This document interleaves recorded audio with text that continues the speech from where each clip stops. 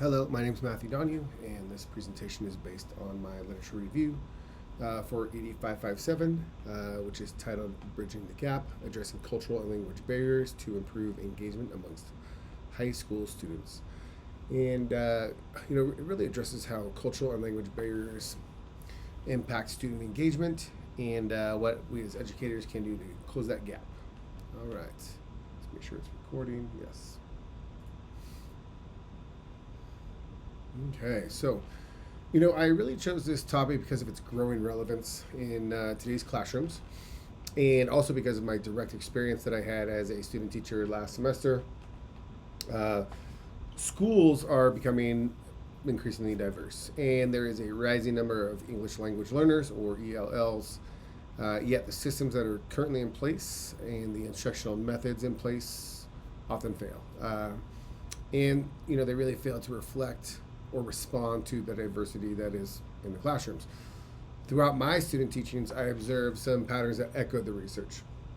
EL students were often more likely to disengage or struggle academically, and that was really due to things such as language barriers, cultural disconnects, and instructional strategies that really didn't meet their needs. So these experiences really got me thinking about what actually works when it comes to engaging diverse learners and how I, as a teacher, can do better by the students. So this literature review, really became a way for me to understand what strategies are grounded in the evidence and how they can be implemented into a classroom environment that reflects things such as equity, cultural responsiveness, and high expectations for the students. So, some trends in the literature, that I noticed. There's been some strategies that I've learned that have been proven to be successful. The first being culturally responsive teaching, or CRT. And it's repeatedly been shown to increase engagement, especially when students were allowed to interact with textbooks or projects that really reflected their cultural identities. So in my research, the data shows that EAL students were more prone to participate when instruction incorporated things such as empathy or cultural validation. Another trend was the importance of student autonomy through self-directed language learning, SDLL, and self-regulated learning, SRL. SDLL really led to faster language acquisition, and it also led to increased confidence. And it was also noted that SRL really supports academic motivation because it encourages goal setting and through things such as reflection. Emotional scaffolding improves engagement was another trend that I noticed. And it really stood out to me, because the data showed that things such as empathy and praise and personal relationships that were made with the EL students and the teachers, makes them feel safer, and it also motivates them to engage in discussions and in content and so forth. So, and another trend was the ongoing professional development that was needed. The literature talks about the importance of professional development, or PD. Really for us teachers, in order to ensure that we can properly utilize these different strategies. The authors, he and Bagwell, really, talked about that they found that a year-long PD program improved teachers' culture and responsive practices. And also that Andrade said that he observed a lack of PD really contributed to inconsistent use of scaffolding and CRT, which then limits ELL engagement.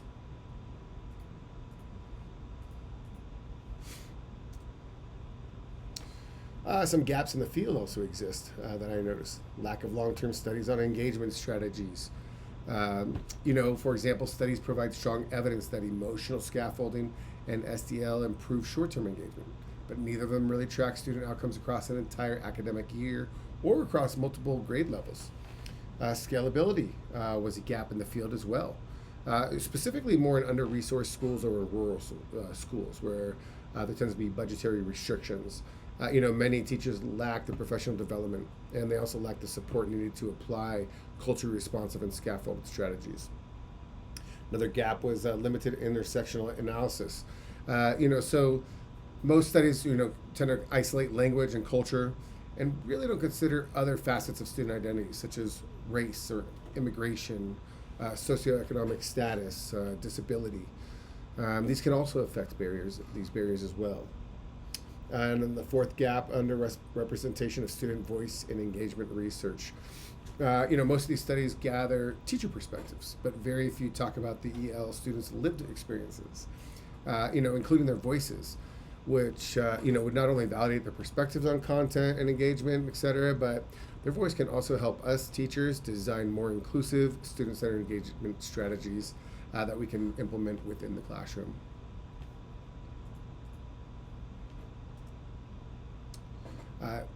Impact on practice and policy.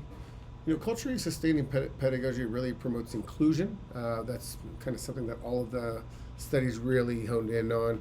It really should be the cornerstone of instruction in the classroom. And these studies found that students are more engaged when they're given access to textbooks that are more culturally relevant to them, and also assignments that reflect their personal identities. The data also shows that aligning curriculum with the students' lived experiences leads to deeper engagement in the classroom and also promotes better peer discussions as well. Emotional and peer scaffolding supports confidence. This is critical for promoting EL engagement. These studies really show that when teachers use strategies like empathy, like encouragement, and like keeping those high expectations, it really creates that kind of structured support in the classroom that helps with student success. Ongoing professional development to build teacher capacity. As I talked about before, the data shows that more studies need to be longer in order to help prove their sustainability.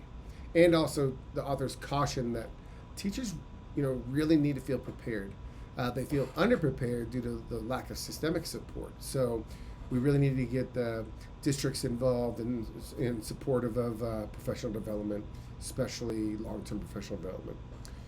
And then equitable access to instructional technology is essential.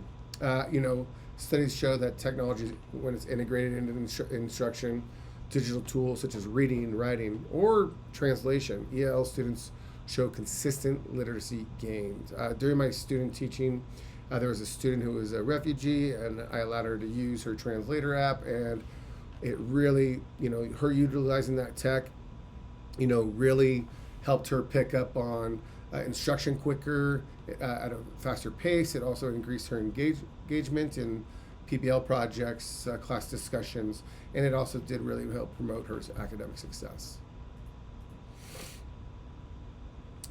Some personal growth and key insights. I do think I got a deeper understanding of equity and inclusion.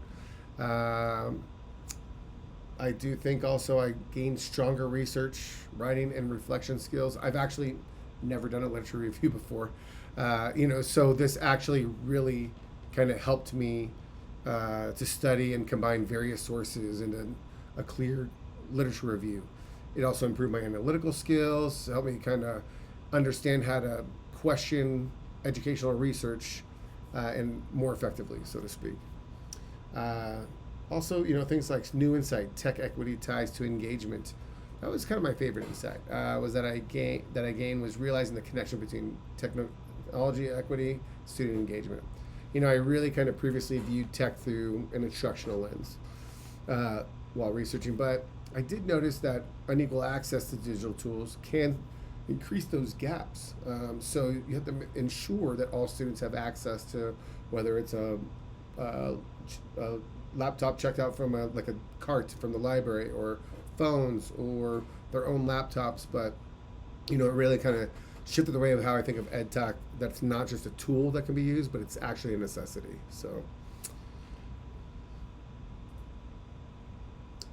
and so really, I'm hoping that this literature review reinforces that cultural and linguistic barriers are the essential drivers that and are key reasons why ELLs and culturally diverse students, can become disengaged. I think we need to really focus on how they make the students become disengaged, because then we can focus on how to re-engage them. These challenges, they're not minor issues. And in fact, they can directly affect how students see themselves in an academic setting, and how much they're going to engage with the content, and if they're even have long-term success. So, the fact that these gaps still remain, we really have to, implement these inclusive strategies in order to fight these cultural and language barriers so that we can increase overall student engagement and help them have the success that they deserve. Thank you so much. Talk to you soon.